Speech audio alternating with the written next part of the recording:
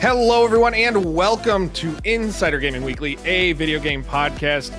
I am, of course, one of your hosts here, co-senior editor at Insider Gaming, Mike Straw, alongside my fellow senior editor, Grant Taylor Hill, and senior producer, A to the P, Albert Perkins. Guys, how are you doing this week? Man, we're all still recovering from the incredible State of Play showcase and the monumental PSN outage, right? We've been busy. Man. PlayStation. Between that and yeah, man, it's just insane. Everything that they had going on over the past week. I mean, unbelievable. And if you aren't prepared, I mean, if you can't tell by the title of this episode and the description when you're checking this out, we're pretty much an exclusive PlayStation episode this week. We spent the first couple weeks, it was a lot of Xbox. Then last week, it was GTA and a bunch of stuff. This week, it's pretty much all PlayStation because Sony decided to be in the news from start to finish.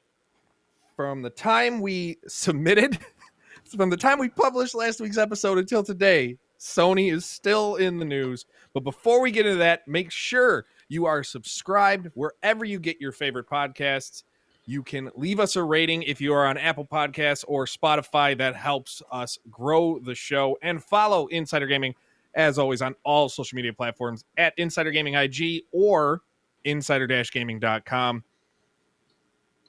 Lastly, I didn't plug it last week, but I'm going to plug it this week. Every Tuesday at 10 a.m. Eastern, we send out Insider Gaming weekly newsletter, which has a roundup of everything you need to know, what you might have missed, the top stories from the week that was in esports, upcoming game releases, an exclusive column each and every week.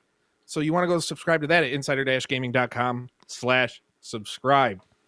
Now that housekeeping is out of the way, though, it's the question we kick everything off to keep it nice and light. What have you guys been playing? Grant, are you still on Call of Duty because of the new season? Did you go back to Kingdom Come, or are you on something completely different? Whole new world. No, it's not really. So I was talking in the last couple of weeks about having like a Dying Light trip because of the 10th anniversary and getting back into it. I mean, like that's still going now because like in preparation for the Beast, I've been playing Dying Light 2 and, you know, there's still a bunch of stuff that I never did when I played it the first time, including like the DLC they released for it, which is called like, I don't know, is it Bad Blood? I don't know what it is. Anyway, that's a quest. But I'm playing that. But I've also got two games that I was playing. I was playing yesterday. One of these games I was playing yesterday, which I can't say a thing about it impressions-wise, but I was playing the Splitgate 2 Alpha, or pre-Alpha. Oh. Alpha. It's Alpha, sorry, Alpha. Need to get that right. So I was invited by 1047 to get like an exclusive creator and press-only look at Splitgate 2 ahead of the Alpha going live for everyone on February 27th. So that was really cool. And I have also been playing, this is a much smaller title, but it's one that I have liked in the past. I'm playing Chernobyl Light 2, which comes out early March, and that is a follow-on from the first game that came out in 2018, which I loved, and this is a completely different take on that game. And the guys have been crowdfunding it. The Farm 51 are producing it, are developing it. They've been crowdfunding it, and they've like smashed their targets, and they're doing a lot of good work. And again, I can't give an impression on it, but that's me. That's where I am. That's where I've been the last week. Solid, Hey, Grant. Pete, what about you? Yeah, man. So I finally got a chance to get into Final Fantasy VII Rebirth, and man, when I dove in, I dove the freak in, man. I'm loving it so far. Phenomenal game. I believe I'm like right around chapter, I don't know, I want to say around chapter 3 or 4. I love how so much more, it just feels so much more open as opposed to a remake was. And I'm loving that so far. Been exploring the grasslands. Everything is fantastic. Loving the graphics in that game. Oh my God, it's so freaking polished, bro. I love it. And I love how the story is also developing so far. It's been really, really great. Been enjoying that as well. And yeah, man, I've been all in on Final Fantasy VII Rebirth. Whenever I get stuck on it, every once in a while, whenever I take on a boss, of course, that happens from time to time. Anytime you play a Final Fantasy game, you know how that goes. I just kind of settle into, college football, dive back into that there for a little bit. And, that's all you need. It's just a little bit of time to take off whenever you're fighting a boss in a role-playing game. Then you get right back into it. Usually by the second or third try, you're good. So that's what I've been into. Can I bombshell? Never Can you played a what? Final Fantasy game. No, are you serious? Bombshell.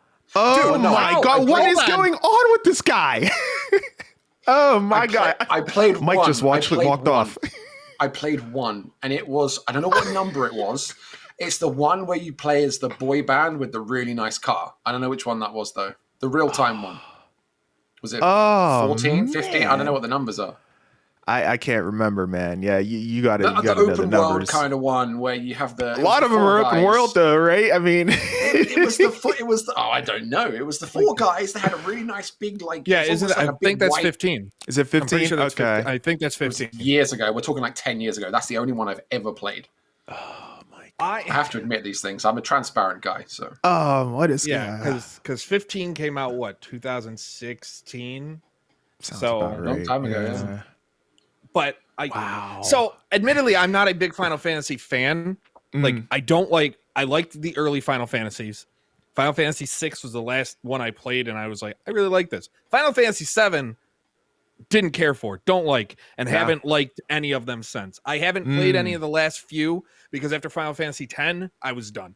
I'm like, I'm just not enjoying it anymore. And these were games like I would rent because after Final Fantasy 7, I remember getting it for Christmas or my birthday, one of the the holidays.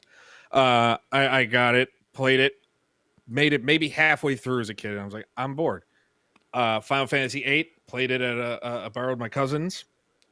Didn't make it through because it bored me. Final Fantasy 9, I'm like, maybe I get it done.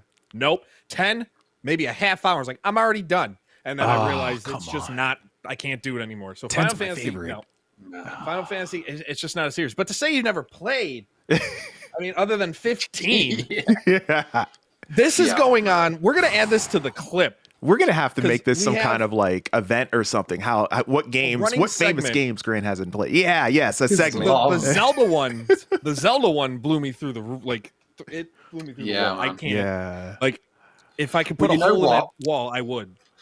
I will say right now, as like a precursor to all of that, if it's on Nintendo exclusive, I probably haven't played it. It's like Metroid, haven't played any of those. Smash Bros, never played a Smash Bros. Mario Kart, we've done like one circuit in my entire life. Bro. Man. You're just not a Missing Nintendo out. guy. You're just not a Nintendo guy. But I was a PlayStation He's not a kid, good man. game guy. I was a PlayStation kid. It was no. There was. Before I. Okay, pause. Ease on. Let's get into the news.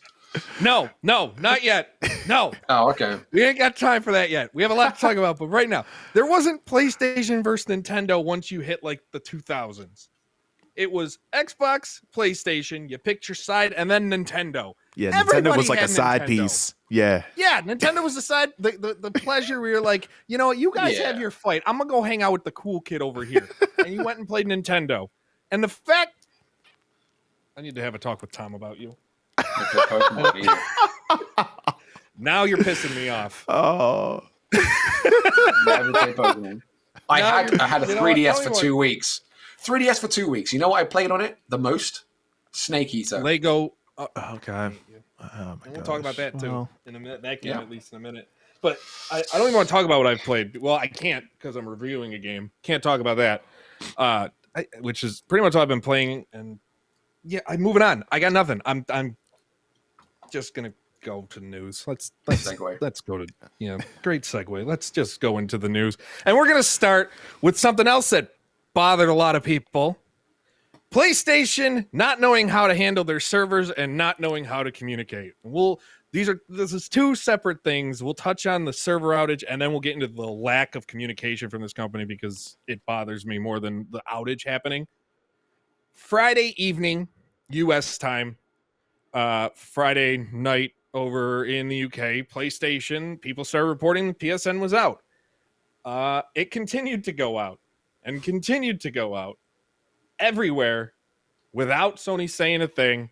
Servers were offline. The store was offline. You know it's bad when you can't even give them your money. Like everything was offline to the point where everybody started just thinking back on 2011 and that 23-day outage. 18 hours later, roughly 18 to 20 hours later, service was started to restore. It came back. So it became the second longest outage in PSN history. It led to a lot of, back and forth online, as you expect from the PlayStation fans, the Xbox fans, and then you got Nintendo just sitting there going, our internet, Nintendo Online works barely. But Grant, I'll start with you because I don't even know where you're going to go with this after the last segment. When it started to go down and everything, did that bother you at all, or what were your thoughts on the fact that PSN was it a case of like, here we go again, or did you just not think much of it? I mean, I was playing on PC, so no problem. I have. This is one of the things that it didn't bug me because I'm not exclusive to one platform. So if my PlayStation Network loses connectivity, I'll just play something else, right? And that's okay. It's a bit of an irritation because, like, for example, I'm playing Dying Light 2 on PlayStation 5, and it's a digital copy. So good luck. And obviously that's like an inherently online game anyway, unless you switch it off. So I wasn't able to play that, but I have plenty of things elsewhere. So that didn't bother me so much. I'm like you. What bothered me was how badly it was handled. Because, like, working in tech, in the past, working in tech and things like that, and, working with, like, incident management and things, you learn that one of the most important things when you're handling an incident of that size, that spectacle, is communications. People want to know how widespread something is. People want to know when something's coming back up. We didn't get any of that from Sony. We didn't get nothing. We got, like, at the end of it, I think they were like, oh, it was an inconvenience, operational error, have a nice day. Something like that. And it was like 18-hour outage. It was just absolutely just flummoxed was the word that comes to mind. Just completely flummoxed. And obviously social media blew up and everyone around the world was completely up in arms about it. And it's not, I mean, this stuff happens once every so often, but for the depth that it was, and obviously that then raised these glaring issues with our increasingly digital age in that, hey, you're all sacrificing disk drives and physical media, and then when you lose your connection like this, it's like, you can't play anything anymore. So that obviously represents the glaring issue that a lot of people do have with this, like, digital transformation. But I don't know, man, it didn't impact me that much at all. And because, like you said, it was evening my time, I kind of slept through most of it, so it was okay. Yeah, it started at 6:00 Eastern is when the outages, like, the reports started to appear. Yeah. 3 hours later, so 9:00 here, that's 2 a.m. where you are, Grant. Sony made up a social media post that said it's, quote, aware some users might be currently experiencing issues with PSN. Some. And then if you tried to test it on your console, it said it was down for regular maintenance, which is a lie. And then they pointed everybody to the official PSN network status page and said, they're working to resolve the issues as soon as possible, blah, blah, blah. That was all you heard. The next update didn't come until almost 24 hours, I think it was like 16 hours after that. That was when the next update where they said service was starting to be restored. We apologize. And then 2 hours after service came back, they put on another message saying it was an operational issue. And then they were going to give everybody who was a PSN or PS Plus member 5 extra days. Oh, goody. AP. Yeah, AP. You hear, hey, sorry the fact that you couldn't play any games. If you had games that were digital, you couldn't play them after 15, 20 minutes because digital games have to constantly be verified that they're legitimate. Right. And that you own them. Mm-hmm. Physical games, as long as they don't require an online connection, you could play. But Grant, the growing digital age, most people just download their games. So yeah, here's 5 days. If you're a PS Plus subscriber, even if the non-PS Plus subscribers got screwed, well, it's like Willy Wonka. You lose. You get nothing. Good day. And it's just the absolute. I don't know, AP. When I know you play college football, I know you aren't like Grant, where you're like, haha, I slept through it. Right. How did this? I have a lot of thoughts I'm trying to not say. Right on. No, I hear you. And it's whenever I was trying to play, of course. And it was like the perfect night, it happened. Of course, it has to happen on a Friday night, it just got off from work. Hey, let's get some gaming in. You know what I mean? I was talking to my one buddy. I talked to my wife. Hey, me and my buddy were talking about maybe playing some college football tonight, maybe playing a few other games, some Call of Duty Black Ops 6. What do you have going on? She was like, oh, I'm just hanging out, just watching a few of my shows. I was like, oh, word up. I was like, okay, let's do this, So I go to log on and I'm like, how come I can't get access? And I thought there was something wrong with my network because I tend to have issues with my network from time to time. And we have a running joke. We call it chaos and delays. If he's listening to that, he'll enjoy that little nod. But, I was like, dude, I cannot get on. And he checked. He couldn't get on either. I was like, what's happening? So I immediately go to Google and I see the articles and everything talking about the PlayStation Network was down. I was like, oh, you've got to be kidding me. This is like literally the perfect storm. And like you guys are saying, like transparency is key whenever it comes to stuff like this. Like where's Sony's communication with this kind of stuff? Like immediately, like you mentioned, thinking back to 2011, the whole 23-day outage, man, that was insane. And we barely got any kind of communication out of them during those 23 days. I feel like there should have been some kind of like press conference or something during that 23-day span, but we got nothing. And so, I immediately just started thinking about that. I was like, bro, here we go again. Is this going to be another, 23-day outage or what? So, I don't know. Was it a DDoS attack? Was it a hack? Like, what's going on? Do we know, like, what exactly happened? No, because there's no freaking transparency at all. It's unbelievable, man. AP's going in. Say what you say about Microsoft. I feel like if something like this happened with Xbox Live, we would have heard a lot more. Yeah. Just tell us something, even if it's just like, I don't know. I feel like go ahead, Mike. The operational issue, like you said, was it a DDoS attack? Was it what? Operational issue sounds to me like they're trying to cover for the fact that, in my mind, with how long it was out and from my past working in IT, it sounds like somebody gained access that they weren't supposed to have. That's what it all sounds like. It wasn't just, hey, maintenance went wrong, we botched something.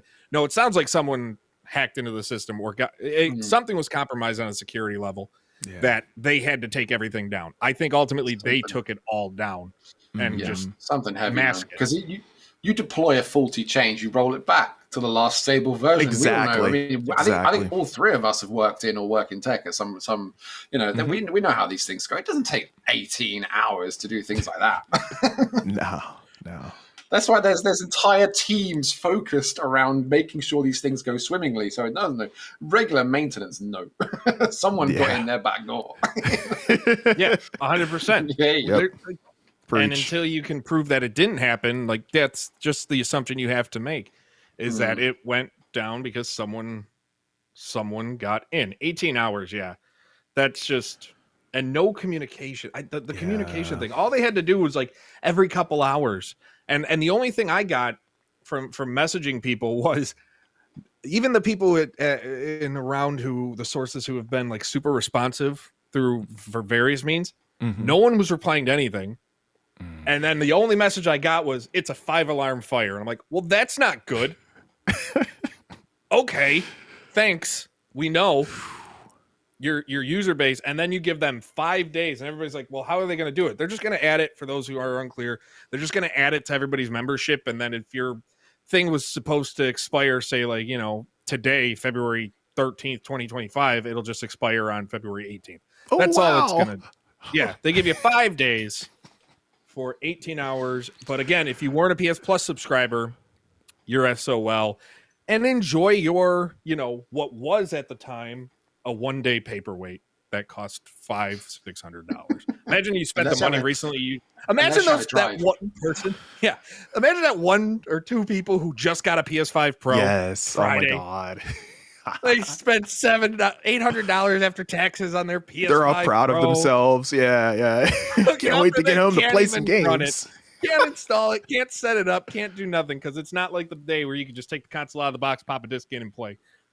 And that we're going to move on to other parts of Sony. Either way, Sony, do better. Be better. Yeah. Speaking of being better, they had their PlayStation State of Play, the first one of the year, on Wednesday, February 12th. And I'll say it again. Sony, be better. That was the immediate thought I had after watching. 29 games were shown in a 43-minute show, roughly. And not a single one had you going, holy crap. Like, I think the only big surprise to me was getting a release date for Borderlands here. Like, that one surprised me the most, was getting the release date. And then it made sense when they say, hey, this spring we're going to have a Borderlands 4 State of Play, kind of what they did with Final Fantasy Rebirth last year. Yeah. So then it made sense. But other than that, there were no real surprises. It's more about what wasn't there. Like, I liked Sonic Racing. I like Shinobi. Shinobi I always loved. But it's about no Death Stranding 2. We know he's got the panel at South by Southwest. It was no game from X-Dev and People Can Fly that has been rumored.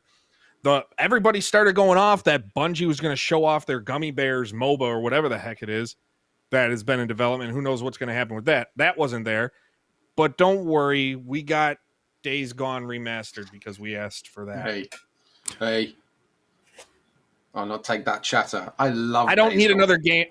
No, it's a game by the developers of Bubsy 3D. I don't care about any game that was made by the developers of Bubsy. Siphon Filter? Don't care. You made Bubsy. I mean, 3D. Not even one of the mediocre 2D platformer ones. One of the, like, a college demo is better than Bubsy 3D. Anyway, what were your thoughts on the State of Play? Because I don't want to go on a 20-minute Bubsy rant. Oh, well, I mean, straight off the bat, talking about Days Gone Remastered, I'm down with that. I like the first one. I mean, not the first one, you know what I mean? I liked the original launch. Like, it was buggy as all hell, but when they patched up a bit, it was nice. And I like post-apocalyptic open-world zombie games, so that kind of was in my wheelhouse. And they've packed a lot into it, and it's good. Like, it's fine. I'll take that. And the upgrade thing is always a bonus as well, because there's so many people that are going to get it for $10 with everything included. So that's great. I mean, elsewhere, like across the board, Tides of Annihilation was my favorite game of the show, mainly because I had a prior connection to that game. Those are the guys, I think I said on the last episode, I think I said, like, I spoke to these guys at Gamescom, and I learned about their game, which then wasn't called Tides of Annihilation. It was under a completely different name, and the studio was under a different name too. So then, you know, lo and behold, the first trailer was produced, and the trailer that they showed at the State of Play was very similar to the one that they showed me back in Gamescom. So I was pleased to see that they kind of stuck to it. But I was impressed by that game back then, and it looks good now. I keep saying it's like Stellar Blade crossed with Elden Ring. That's what I keep saying. And it looks good. It looks great. That was my favorite game. But there are others that I liked. There are other trailers, even if it was for things that we already have a date for, right? So like Snake Eater, new trailer for that. Love it. So excited. I'll take that. Easy. Directive 8020, which was revealed like last year, I think it was. I love the Dark Pictures anthology. I love those games. And they're always star-studded, you know? There's always actors in them, and they're always really well-produced, and they have like great jump scares and good tension. So I'll get that, you know? I thought Mind's Eye was a bit mid. I didn't like the look of it. It just looked really generic, even though there's some pretty prolific names driving that one forward. And then they capped off the end of the showcase with, is it Saros? I'm not sure how you pronounce it. Yeah, it's hard to pronounce. Yeah. But yeah, you didn't know what you were watching, but I remember I was talking to you, Mike, in the chat, and as soon as it came up, I was like, is that Rahul Kohli? Because I love that guy. He's been in some shows and stuff. I really like him. He's a fantastic actor. But one thing that I've always liked about Rahul is that he's a really, really big gamer. He loves his video games, so it's really cool to see him lead what looks like leading a game, which is going to be great. So I'm excited to see where that goes. But as a whole, I didn't really rate the show. You know, nothing mind-blowing, like you say. But I'm eager to see what AP thinks, man. All right, yeah, Grant. So, you know, thinking back on it, you mentioned, you know, Days Gone Remastered. When did that come out? Was that like 2019, 2020, something like that? 2019, yeah, I think it was. Okay. So, I mean, it feels like that's not that long ago. I mean, I feel like these remastered games, they're money grabbers. I get that. But like, damn, it just seems like it's so soon to remaster this game, man, you know?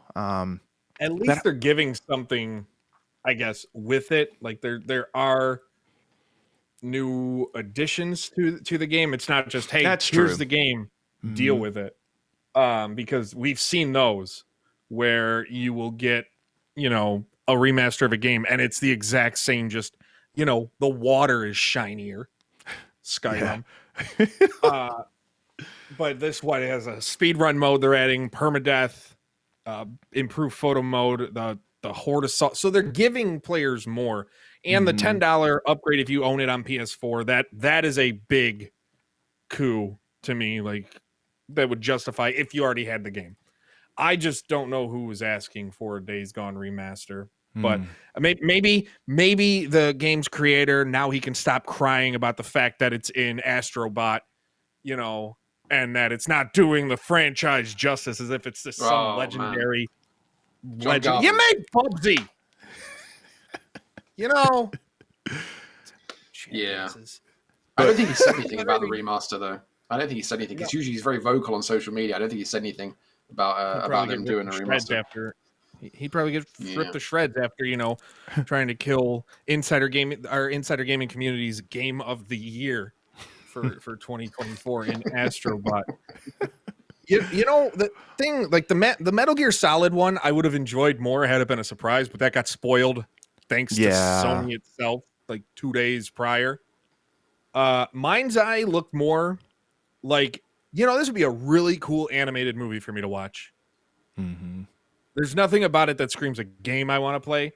And Saros also looks the same. Certain things, when I see certain cutscenes and I'm like, all right, story may be cool. Is it going to have gameplay I want to play? Probably. I don't know.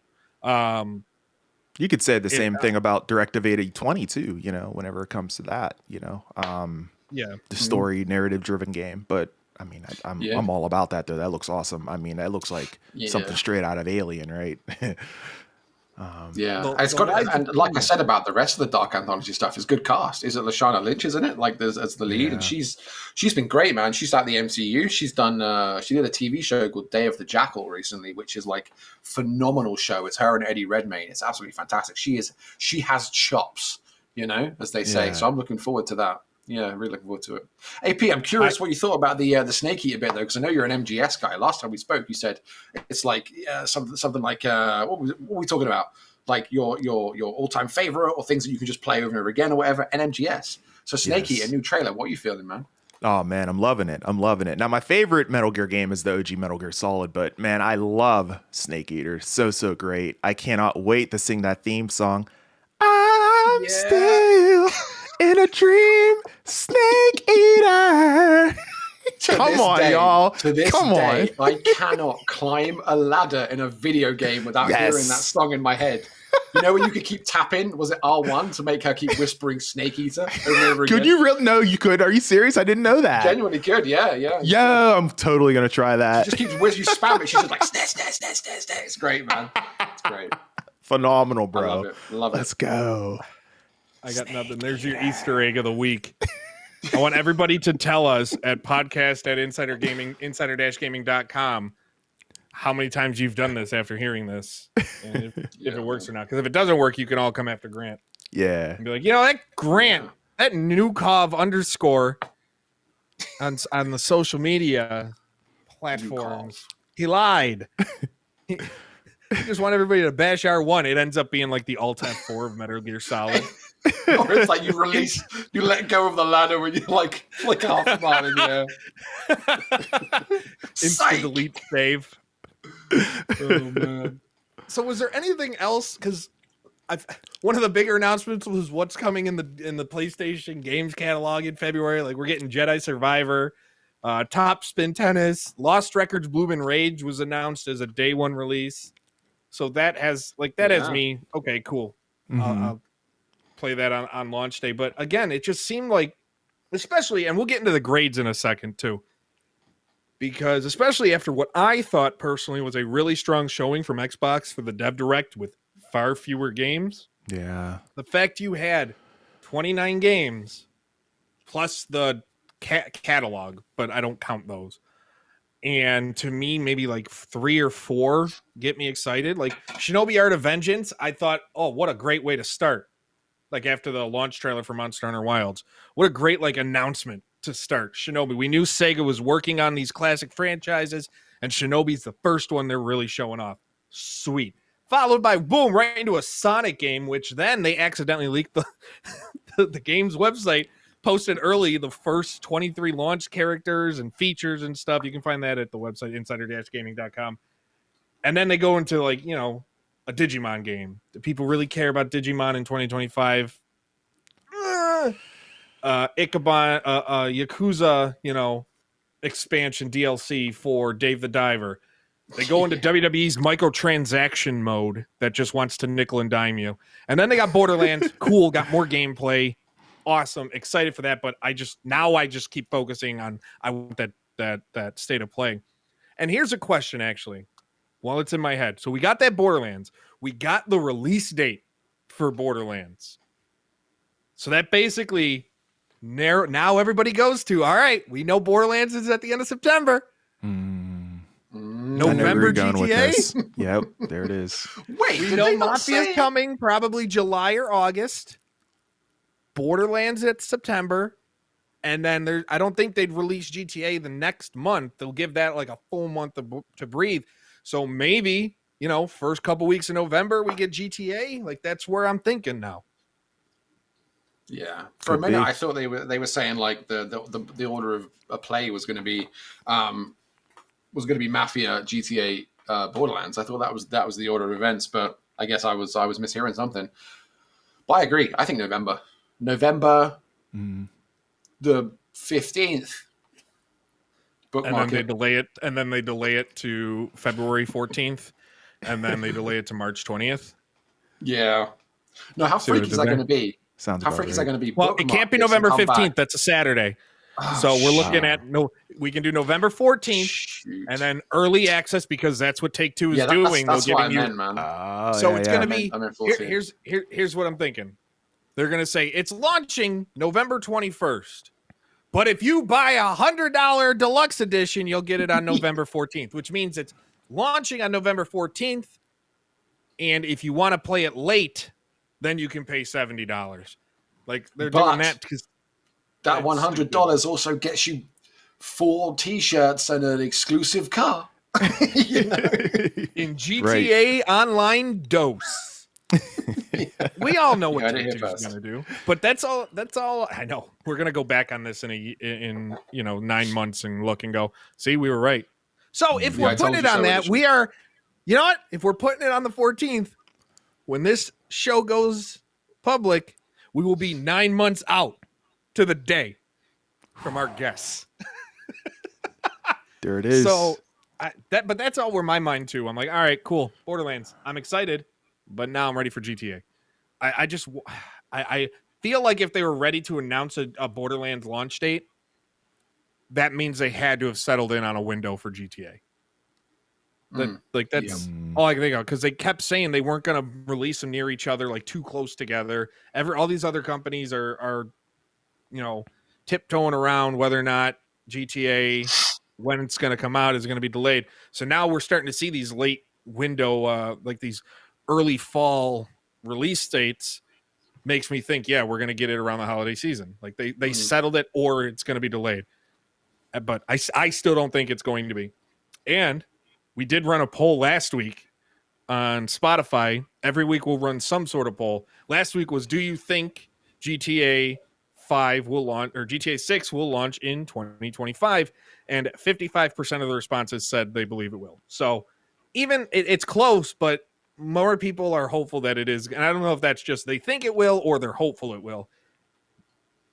But until they tell me it's not, I'm going to believe for everything I have in me that we're going to finally get GTA 6 this year.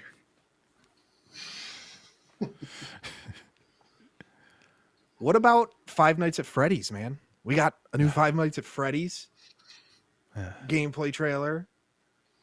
We got, Hell is Us. Hell is Us looks interesting. Yeah. I'm really excited for the Lies of P prequel DLC Overture. I enjoyed Lies of P. I'm excited to check that out.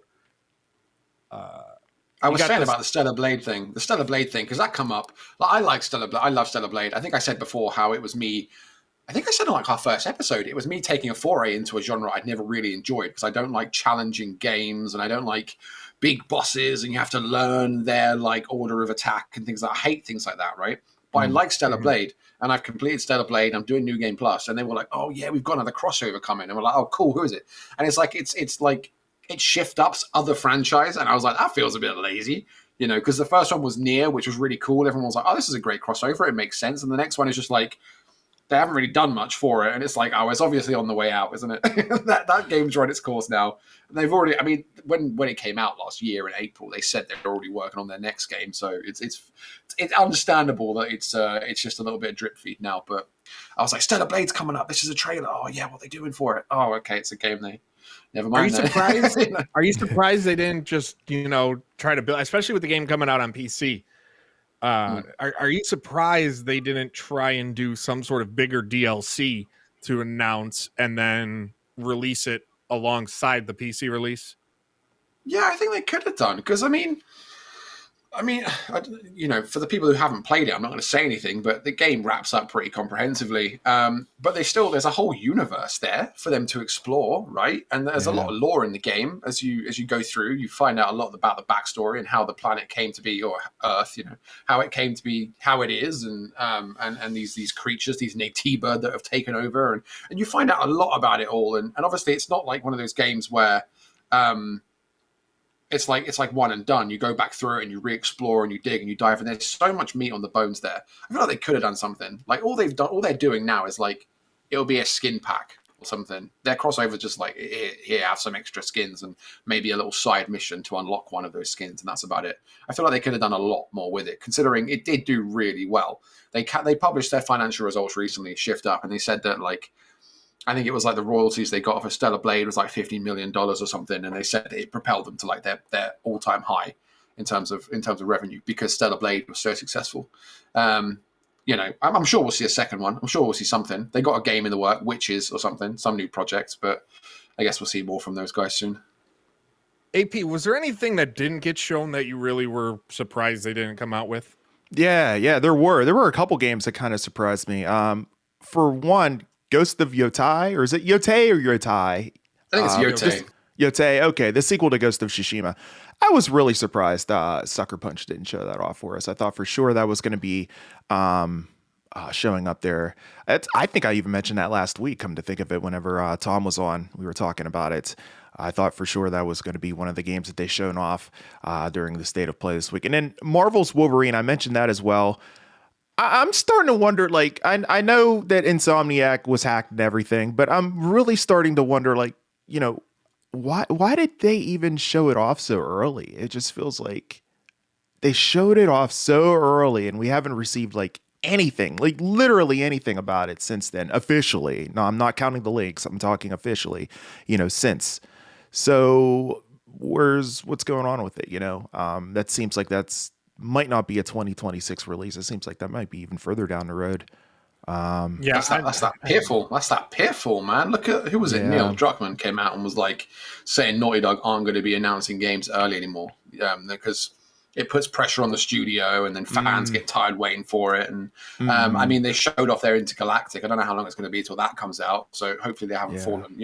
He hasn't fallen into his own trap. But like Bethesda with Elder Scrolls 6. They announced that in 2018 or something, and 8 years. I think what was the stat? It was something like it has now been longer since the announcement of Elder Scrolls 6 than it had been between the launch of ESO, the launch of Skyrim, and the reveal of something like that. It's been too long, man. Yeah, long and short. The gap was longer. Yeah, the gap was longer from the reveal of Elder Scrolls 6 to now than it was from Skyrim to the reveal of 6. That's it. That's the one. And I agree with the whole don't announce things until they're. I am always been of the mindset, don't announce games until 6 months. I think 6 months is a good time window. Yeah. When you feel to announce things, and I get why because then you rush the marketing, sure, but you have all that internally. 6 months, maybe a year, but you don't need all of these. You don't need these multi-year. When's it coming? When's it coming? Because then we get into the situation of Fable. We get into the situation of, like you said, Wolverine. This new Naughty Dog game. I don't think it looks good just from the reveal they had. Intergalactic. It just does not look like a Naughty Dog game to me. Yeah. Where it's like, even when I remember when I Different, first saw the Last of Us reveal, even that I went, this at least looks like a Naughty Dog game. Intergalactic didn't look like a Naughty Dog game whatsoever to me. And yeah, the Wolverine thing. I mean, now we're looking a good example of that. Look at what we're seeing with the Wonder Woman game at Warner Brothers. That game might not even come out now. Yeah. They should have never been announced. Granted, Warner Brother Games is a mess to begin with. But that game should never come out. Or might never come out, and it shouldn't have been announced when it was. They were trying to capitalize what I think was capitalizing on the hype. And Insomniac, I think, can be held accountable to this too with the Wolverine thing. Marvel's Spider-Man from Insomniac did so well. It brought superhero games to like this new era that everybody wanted to capitalize on it, and they're announcing these games way sooner than what they should have been announced. So now we get Wonder Woman announced when it shouldn't have been. Wolverine announced when it should have been. You get games like Suicide Squad being made. Like, come on. Yeah. Do we need we didn't need it. I don't think we need a Wonder Woman game. Like, will it be cool? Maybe if it's done right, but do I trust it to be done right? Absolutely not. Yeah. Where the hell is Iron Man? Motive. Yeah. Is it Motive? Anthem already came out. Yeah, that's what I thought when I played Anthem for 5 minutes. Yeah, it's like a prototype for what an Iron Man game could be, but just in a different environment. And yeah, like, who knows what's going on with that? And you got Motive. The whole situation, they just all capitalized, at least in my opinion, on the superhero thing and Marvel Spider-Man being so good that it backfired in every way, and this is what we're seeing. And you got Motive, like, they're working on the Iron Man game, but they're also working on Battlefield. Yeah. So how much is being taken away? We already know what's going on with Need for Speed and Criterion. How much was taken away from Iron Man for Battlefield 6 or whatever they end up calling it? Like, that's it. Does this send that another 2 years back? By the time, like, Iron Man died in the movies after that game was announced. That's how long it's been. Like, Infinity War was years ago. Like, yeah. So again, it's just all goes back to the too early, and waiting this long and announcing them when they're not ready. We need to move on. That was Tangent City Central. Yeah, it was. This entire episode has been. I've been frustrated with a lot that's happened this week. Yeah. But we're gonna go to something fun. We're gonna go something more fun. Last week we did our trivia. The only one who's on the leaderboard is AP with 0.7 points because he got 3 of the 4 ghosts. Come on, let's go. Let's go. Mad that I got that Madden question wrong that I decided we're not doing trivia this week. Boom. You see what happens there, guys? He starts losing, and then he switches the rules. He switches up the game, man. Yeah? Yes, exactly. So instead, we're just going to take a trip down memory lane, and I'll start with you, AP, a question. What is one game, and anybody listening, send us your thoughts at Insider Gaming IG on social media or at podcast@insider-gaming.com. What is one game you wish you would love to go back to and play for the first time? Or have it wiped from your memory now and play for the first time? Well, thinking back, oh man. Yeah, this has to be it. Thinking back to the OG Super Mario Brothers game. Man, the very first time I played that game, it was just something special, man. Like, that was the first time I picked up a Nintendo controller. And I was like, this is just different, man. I think I was like, I don't know, how old was I? Maybe like 6, 7 years old, something like that. The console had been out for a little while. Came out in like 85, something like that, I believe. So it had been out for a little bit.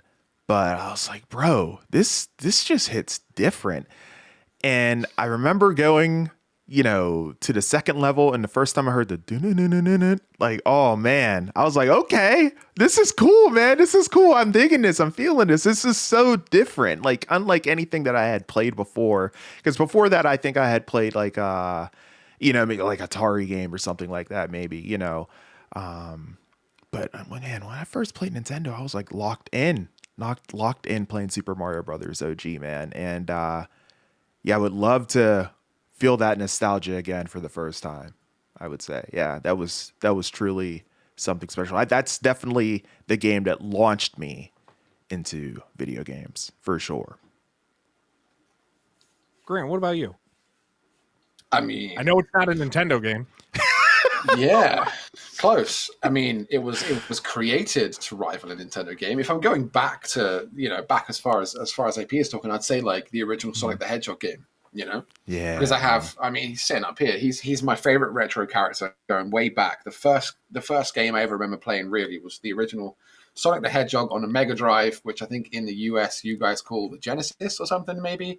Yeah, I don't know if there's because I know there's a differentiation between them. So I played that, and I remember playing it with my dad because we'd play games like Streets of Rage and stuff. But Sonic, and especially like Green Hill Zone and the Chemical Zone, like you just remember the soundtracks and things. Oh, dude, the soundtrack is so lit on the Sonic games, on all of them. Oh, that's it, man. Absolutely iconic. But I'm a very nostalgic person, and when I look back and I think like, I must have played thousands of games across dozens of platforms, and I always think there's so many games that I wish I could relive again. Like I've mentioned it before in the previous episodes, games like The Getaway and Killzone and some of the early Sims games, because PS2 is where I really became like, a really passionate gamer. I don't know if you could be a passionate gamer when you're like a kid. But I was, maybe, a little bit of an addicted gamer. I loved it so much. And that was really where I found my love for it. But even the more modern stuff like The Last of Us, like Fallout 3, Fallout 4, I said Life is Strange as well would be a good one, because they're just these games where it's like the narratives are incredible and the visuals of them and the like The Last of Us, because it's everything I ever wanted in a game.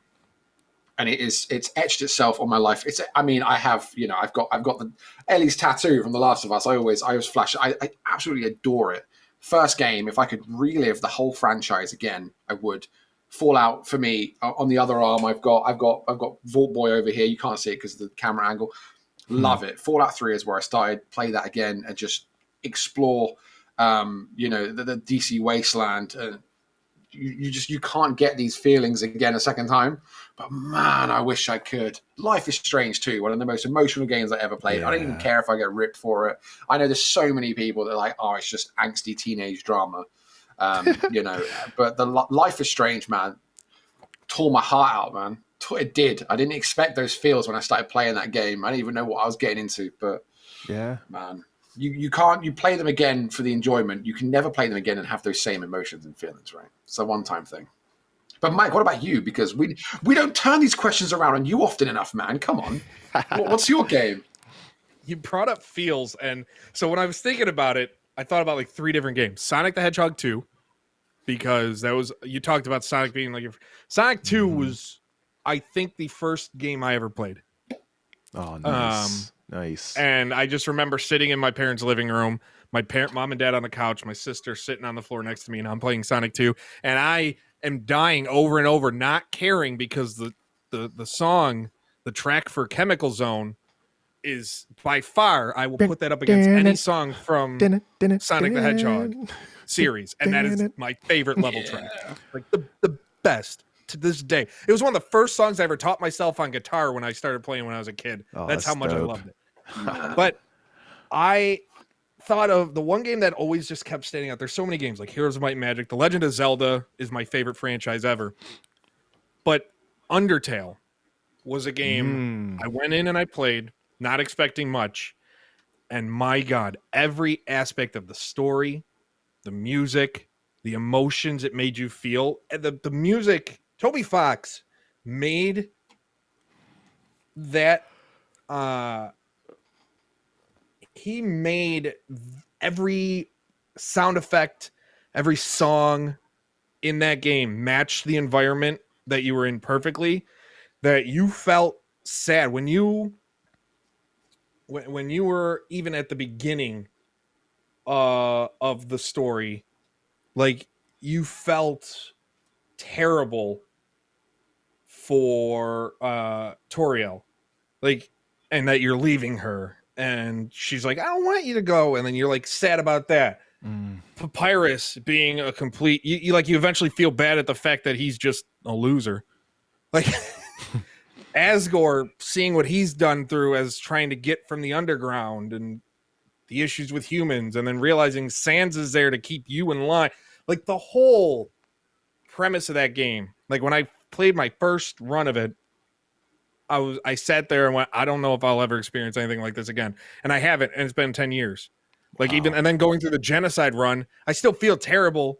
Like the whole goal of the genocide run is just destroy everything in your path so you fight Sans. And then I beat Sans. I'm like, I wish I hadn't done that.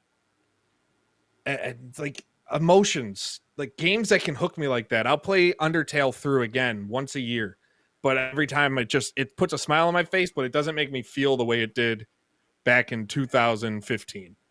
And I don't know if it ever, like even Deltarune, his follow up, and like didn't give me that same feeling that Undertale did. It's been now I want to go play Undertale again. Now I'm getting emotional talking about this game. So I think that's what I'm going to do tonight. Kids are going to be in bed. I'm going to grab the Steam Deck and I'm going to go through Undertale again. Now I don't even know how to switch to that because we don't have the Gong Lord this week. If you're tuning in for the Gong Lord, he's at DICE. He's in Vegas. He will be back next week. He's been caught up in meeting after meeting after meeting, which good and bad, we don't know. You know what? I don't even know. We've talked to him a little bit. He kind of left the inmates to run the asylum this week, which has been great.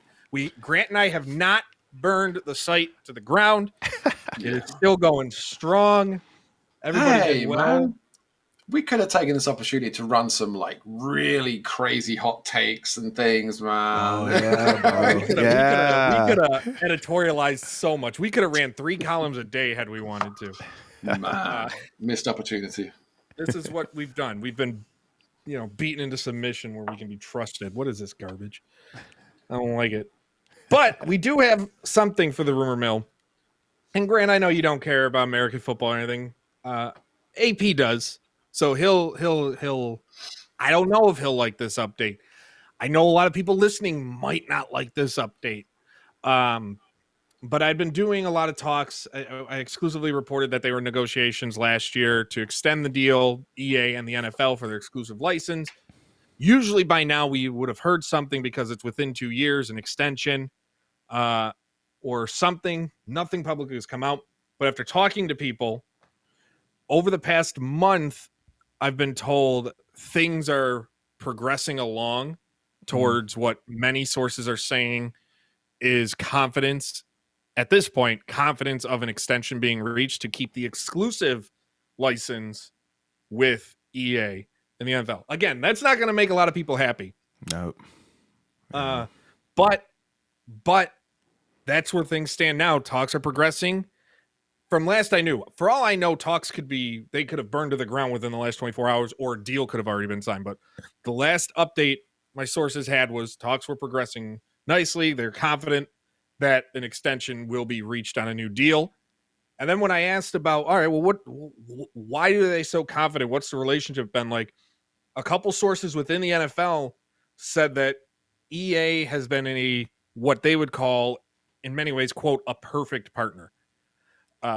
They're very open to suggestions. They are, granted, you might not like everything the NFL has EA implement. Like, for example, way back then, there used to be dynamic attendance in NFL games, where if your team was bad or getting blown out, the stadium would empty out, or the game just wouldn't have people. Now, if you're 0-16, your stadium's still full. College football is not like that. EA College Football, they have the dynamic attendance back, which is cool. But there's certain things like injury, like there's certain things that EA had to remove at the NFL's desire as part of these deals. But EA, like the NFL wasn't happy with the response to few games, but this game is making so much money hand over fist. They are happy. They're working on bringing an open world aspect to like a hub to their EAFC franchise. The plan is to bring that to Madden and American football games. And based on those conversations, like prototypes or whatever's been shown, the NFL is kind of happy with this idea that EA is working on. I don't know. I still don't know whether it's going to be like the City and NBA 2K. That would be my assumption, is that it's going to be something similar to that, just on EA Sports products. Mm-hmm. But again, EA and the NFL, the talks are progressing. And if I had to put like a percentage on what I think we're probably looking at least like a 70-75% chance of the exclusive agreement being extended. Personally, I wouldn't like to see it because competition makes things better. Yep. A perfect example of that is look at what Overwatch and Blizzard just did. Marvel Rivals comes out, and now Overwatch is blowing everything up and throwing everything at the wall. You could say what you want about the return of loot boxes, whatever, but all these changes they're making is a direct response. There's no one that can convince me otherwise that it's a direct response to what Marvel Rivals is doing. And to me, cool. If it's a chance to make a game better that has kind of gotten fizzled out and dry, I want it. When there's competition, yep, the consumer wins. For the most part, unless you're trying to buy graphics cards, and then they don't exist. But yeah, like, so it's going to stink on that front for those that want that. But you know, it's not surprising to me. When I was told all this, it wasn't surprising. AP, hearing that, as someone who you play college football, obviously, you American football, you're a football fan. What are your thoughts on the fact that we're likely to see Madden as the only game in town?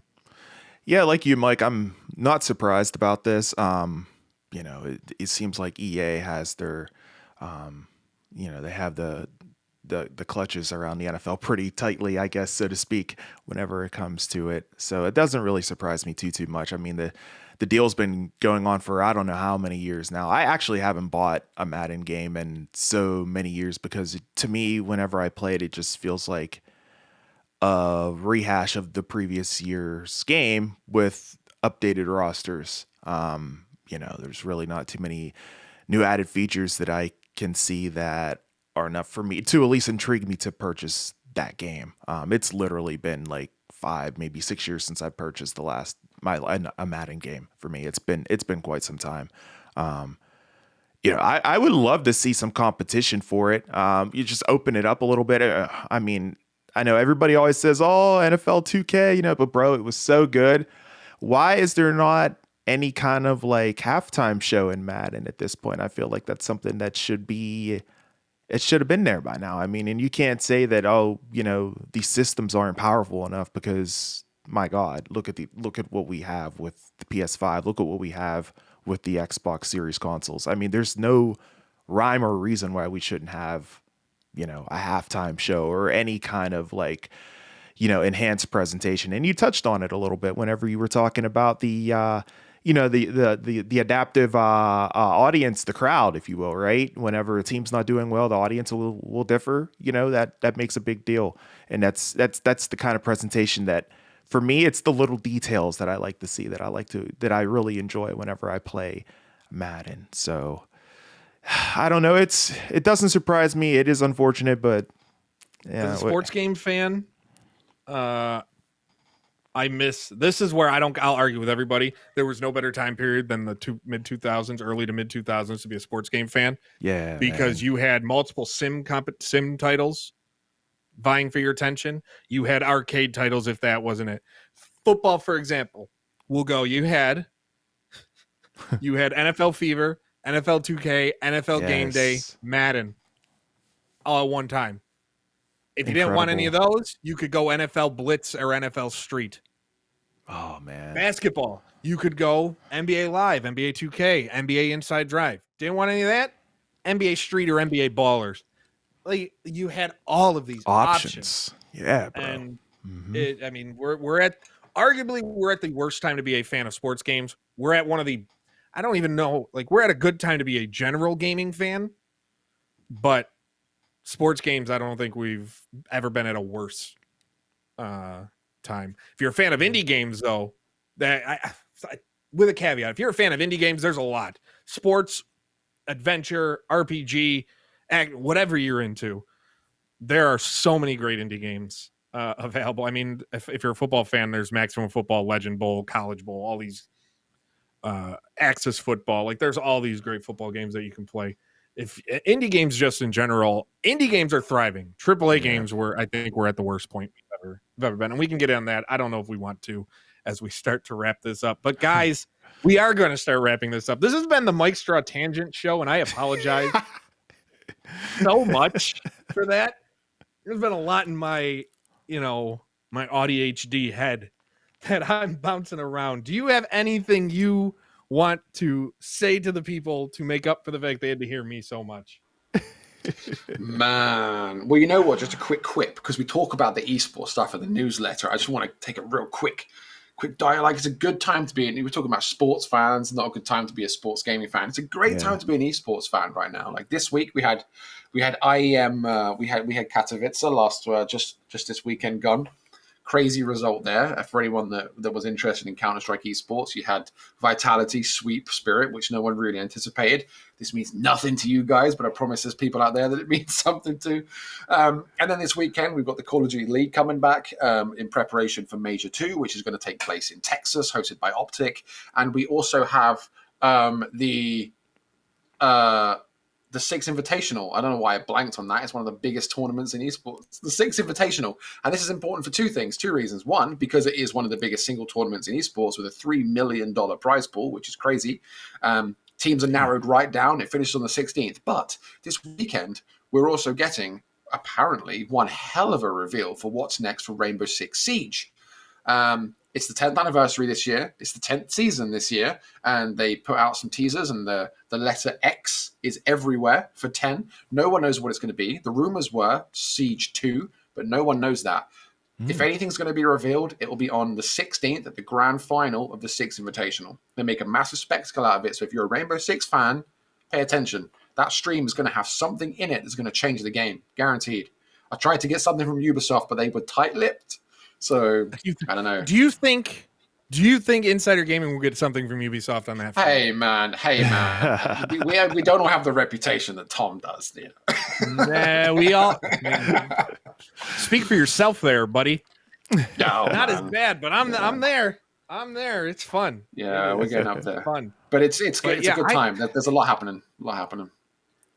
Real quick on the Siege 2 thing. Do you think it would be smart for them to have a Siege 2 or just keep going with Siege? No, Siege is one of the most popular live service shooters in the world. Last year, it had phenomenal growth. They had a massive Six Invitational last February, and the game absolutely skyrocketed. They add new operators all the time. I think they're in the 70s right now. And what I gleaned from Ubisoft a while ago is that they want to get to 100 before they cap it. So there's still quite a bit of life left in it. It doesn't make sense. I can't think of anything that they would do that would be a big enough overhaul to warrant an entirely new game, because Siege is so well positioned right now. It's like saying Fortnite 2 or Minecraft 2. It's not, you don't need it. B, you can't innovate enough to make it meaningful. Siege is Siege, and it has been Siege for the last 10 years. Yeah, it's ebbed, flowed, up, down, come and gone, and they've had their innovations, but it mostly is the same game that it was a decade ago. And you're not going to, what would you put in Siege 2? How would you change it? It doesn't make sense. And I think if they were going to be announcing it on I think it's Sunday, is the 16th, isn't it? If they were going to announce it, we would have heard something somewhere at some point from someone if there was an entirely new Rainbow Six game coming out.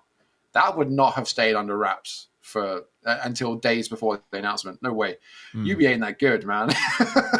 something would have crept out somewhere. Tom. Probably. Yeah, I was going to say probably by our boss. Yes. AP, what do you got? Do you have anything fun coming up? Any closing thoughts? Not too much, really. I kind of got my tangents out whenever I was kind of talking about transparency whenever it comes to PlayStation and the whole outage situation. So, I kind of got that out there a little bit whenever I was going off. But no, I'm pretty much good. I'm pretty good there, Mike. And I'm good too. And you can be good too if you subscribe to Insider Gaming Weekly on Spotify, Apple Podcasts, YouTube, wherever you get your favorite shows. Leave us a rating. It really helps us. You can find us everywhere at Insider Gaming IG on Twitter, on Instagram, on YouTube, insider-gaming.com on Blue Sky if you're over there. You can find me, of course, at Mike Star Media on any platform. Grant, where can the people find you? We already mentioned Nukov with an underscore because we explained last week why Nukov is taken. We Googled me. And I'm on Twitch with that name. I'm on TikTok with that, Twitter with that name, X with that name. If you want to find me on TikTok, where growth is booming right now, lots of Kingdom Come content, man. And there's lots more coming. There's games coming up soon that I'll be covering.